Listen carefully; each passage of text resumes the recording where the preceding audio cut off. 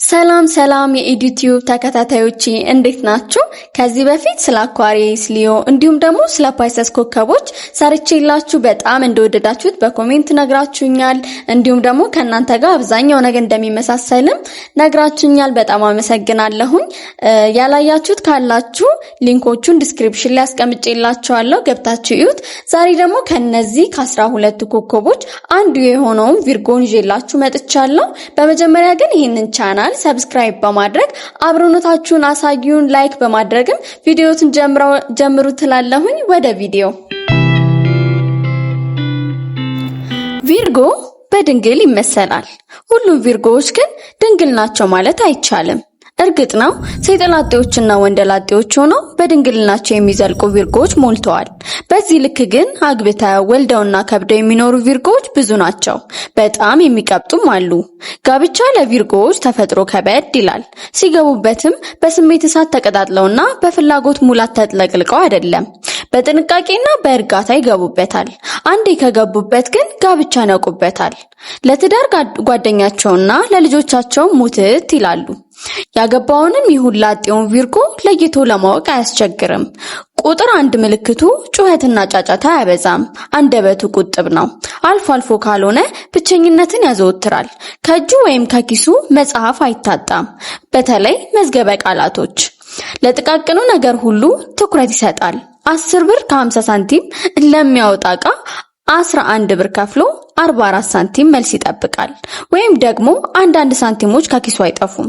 ጊዜውንም ቢሆን እስከ ሰከንዶች ወርዶ ያሰላል። ሴቷን ቪርጎም ጽድት ብላ ለብሳ አውቶቡስ ስትጠብቅ ያገኟታል። የትኬቱን ዋጋ ቆጥራ በግራ እጇ ትይዛለች። ለምሳሌ 1 ብር ከ35 በታክሲ መጓዝ ገንዘብም ማባከን ነው። ቪርጎዎችን በየካፍቴሪያው፣ በየሻይ ቤቱ፣ በየመዝናኛውና በየጭፈራ ቤቱ ማግኘት የሚከብድ ይሆናል። ይልቁንም በየቢሮ አምሽተው ይሰራሉ። አንዱ መገኛቸውም እዛው ነው። ቪርጎዎች ለመዝናኛና ከብዙዎች ጋር ሳይጨቃጨቁ ለመቀላቀል ይከብዳቸዋል። ጊዜ የሚያባከኑ ይመስላቸዋል። በዚህ ደግሞ ከካፕሪኮኖች የበለጡ ወግ አጥባቂዎች ናቸው። ቪርጎዎች ወደ ፍጹማዊነት ያደላሉ። ለከንቱ ህልምና ለማይረባ ምኞቶች ጊዜ የላቸውም። እንደ ንብ ትጉ የሆኑ የተግባር ሰዎች ናቸው። ቪርጎ ሁሌም ቢሆን በሐሳብ እንደተዋጠ ነው። አይኖቹ ግልጽ ሆኖ ጸጥ ያሉ ናቸው። ብልህነት ይነበብባቸዋል።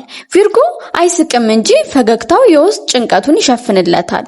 የቪርጎ ግዙፍ ብዙም አይገኝም። ብዙዎቹ ደቃቃ ናቸው። ጥንካሬያቸው ግን እንደ ብረት ነው።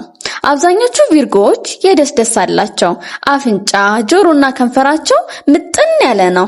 ቪርጎዎች ስለ መልካቸው ይጨነቃሉ። ባገኙት እድልና አጋጣሚ ሁሉ መስታወት ይጠቀማሉ። በአለባበሳቸው ሁሌም ሽክ ይላሉ። ወንድ ቪርጎ ሙሉ ልብስ ካለበሰ ከትከሻው ላይ ሹራብ ጣል ያደርጋል። ቪርጎዎች ደከመኝ ሰለቸኝ የማይሉ ብርቱ ሰራተኞች ናቸው። ጭንቀትና የሥራ ብዛትም ጤናቸውን ሊያዛባው ይችላል። በተለይ የምግብ መፈጨት ችግር ደጋግሞ ይጎበኛቸዋል። ስራን ረጋ ብለውና እረፍት እየወሰዱ እንዲሰሩ ይመከራሉ። የቪርጎዎች ተፈጥሮ በቅንነትና በታማኝነት የተሞላ ነው። እንዲያም ሆኖ ግን አንድን ስራ ለመስራት ወይም ደግሞ ወደ ሆነ ቦታ ለመሄድ ካልፈለጉ ታመም ያለው ብለው ይተኛሉ። በዚህ ጊዜ የቪርጎ ድብቅ የትወና ጥበብ አንገቷን ታሰግቃለች። ማስመሰሉንም ይካንበታል። እንዲህ ያለ ማስመሰል ግን እድሜው አጭር ነው፣ ወዲያውኑ ያልፋል። ቪርጎዎች በዘመኑ የአራዳ አማርኛ አካብዲዎች የሚባሉ አይነት ናቸው። ሲመገቡም ሆነ ሲሰሩ፣ ሲጽፉም ሆነ ሲናገሩ ከሚገባው በላይ ጥንቃቄ ያበዛሉ። ለሁሉም ነገር ስርዓትና ፎርሙላ ማውጣት ይቃጣቸዋል። በጣም ጽዱ ናቸው። ባገኙት አጋጣሚ ሁሉ ሻወር ከመውሰድ አይታቀቡም። ቢቻላቸው ገላቸውን በየቀኑ ይታጠባሉ። በቀን 2ም ሊሆን ይችላል። ስለ ጤና ጉዳይ ብዙ ዕውቀት ይኖራቸዋል። የጤና ነገር በብዙ ያሳስባቸዋል። የስንፍና ቀንደኛ ጠላቶች ናቸው። መዝረክረክን ያወግዛሉ። የሰዎችን እጸጽ እና እንከን በቀላሉ ማውጣት ይቻላቸዋል። ይህ ተፈጥሯቸውን ፍቅርን ቢሆን አይጋርደውም። ገዣቸው የሆነ ሜርኩሪ ማራኪ የሆነ ተፈጥሮን ያጎናጽፋቸዋል። ቪርጎዎችን ስድ የሆነ አነጋገር፣ ብልግናና ግዴለሽነት እብድ ያደርጋቸዋል። በዚህ ጊዜ በጣም ነጭናጫ፣ ተጨቃጫቂና ከራሳቸው ጋር የተጣሉ ይሆናሉ። ብዙውን ጊዜ ግን ጨዋና ትሁት ፍጥረቶች ናቸው። በተለይ ታመው ለተኙ ሰዎች ከሰማይ እንደተላኩ መላእክት የሚቆጠሩ ደጎች ናቸው። ቪርጎዎች ወደር የለሽ ነርሶች የሚወጣቸውም ለዚህ ነው። የራስ ምታት ባመመው ጊዜ ወደ ፋርማሲ ሮጦ ፓናዶል የሚገዛሉ ተቀዳሚ ሰው ቪርጎ ነው። በቤቱ ወይም በቢሮ አቅራቢያ ከሆነ ደግሞ ከመሳቢያ ውስጥ ፓናዶል አያጣም። የቤቱ ወይም የቢሮ መሳቢያዎች በመድኃኒት የተሞሉ ናቸው። ለጨጓራ፣ ለቶንሲል፣ ለሆድ ቁርጠት፣ ለራስ ምታት፣ ለመጋኛ፣ ለልክፍት፣ ለጉንፋን ወዘተርፈ የሚሆን መድኃኒቶች ይኖሩታል።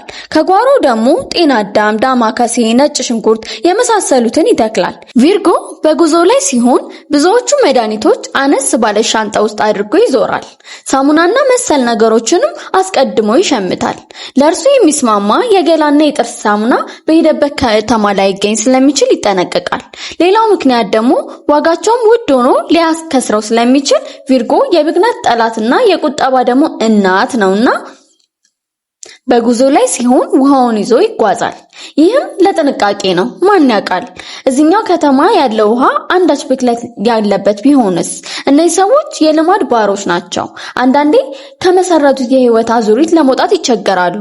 ካልሲዎቹን በቤቱ የግራው መሳቢያ የሚያስቀምጥ ቪርጎ በጉዞ ከሚያርፍበት የሆቴል ክፍልም ካልሲውን የሚያስቀምጠው ከግራ በኩል ከሚውለው መሳቢያ ነው የሚሆነው።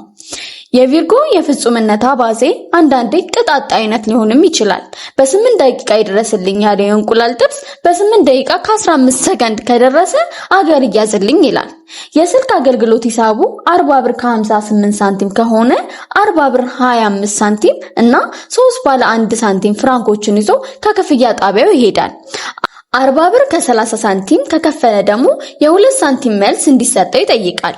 ገንዘብ ተቀባዩ ይህንን ካላደረገ ብዙ ውዝግብ ሊፈጠር ይችላል። ቪርጎም በዚህ ዝርክርክነት ለቀናትና ለሳምንታት ሲነድና ሲቃጠል ላገኘው ሁሉ ይህንን ጉድ ሲያወራ ይቆያል። ጉዳዩን በጋዜጣ ጽፎም ሊያቀርበው ይችላል። በጋዜጣ በመጽሔትና በመጽሐፍት ውስጥ የሚያያቸውን የፊደል ግዝፈቶችንም እየለቀመ ለሚከተለው አካል ያሳውቃል። በመጽሔትና በመጽሐፍት ውስጥ የሚያያቸውን የፊደል ግዝፈቶችንም እየለቀመ ለሚመለከተው አካል ያሳውቃል። ጸጉር ሲሰነጥቁና አቃቅር ሲያወጡ በዙሪያቸው ያለውን ሰው ሁሉ መግቢያ ያሳጡታል። ሂሳቸውን ውሃ ቀጠነ፣ ከሰል ጠቆረ የሚሆንበት ጊዜ አለ። ግን ደግሞ ደግና ሩህሩህ ናቸው። ችግር በገጠመው ጊዜ ሮጦ የገዛ እጃቸውን ይዘረጋሉ። ሌሎችን መርዳትና የማገልገል የቪርጎዎች ልዩ ባህሪ ነው። በምላሹ ምንም ሳይጠብቁ ሌሎችን አብዝተው ያግዛሉ፣ ይረዳሉ፣ ያገለግላሉ። በአሰልቺ ስራ ተጠምደውና የማስረከቢያ ጊዜው ተቃርቦ ያስጨነቁትን ስራ እጅጋቸውን ሰብስበው ቀንና ሌሊት ሳይሉ እገዛቸውን ያቀርብሎታል።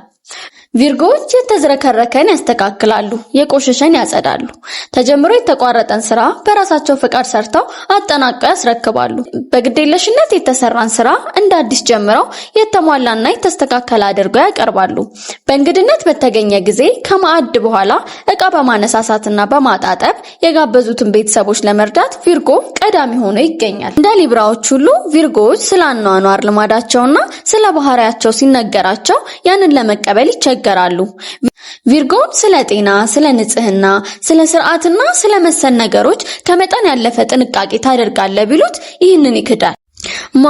እሱ እረ ሲያልፍም አይነካካ።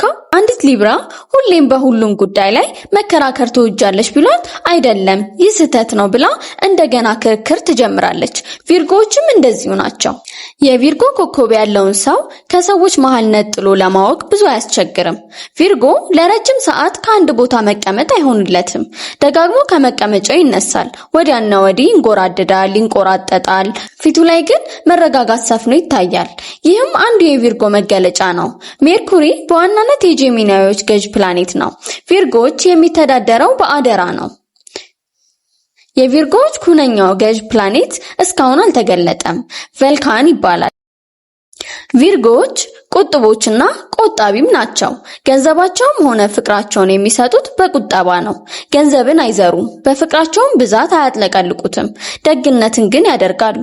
በሙሉ ልባቸው ሌሎችን ይረዳሉ፣ ያገለግላሉ፣ ውለታን ይውላሉ። ውለታን መቀበል ግን ይጠላሉ። ይረዳሉ እንጂ አይረዱም። በነፃ ያገለግላሉ እንጂ ለራሳቸው ነፃ አገልግሎትን አይቀበሉም።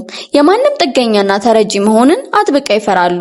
በስተርጅና ዘመናቸውም የሌሎች ተረጂ ላለመሆን ሲሉ ገንዘባቸውን አጥብቀው ይዛሉ። በዚህም ወደር የለሽ የዓለም ቆጣቢዎች ወይም ደግሞ ቋጣሪዎች የሚል ቅጽል ስም ሊሰጣቸው ይችላል። እርግጥ ነው የቅጽላዊ ስያሜ ትንሽ ከገደቡ ያለፈ ነው።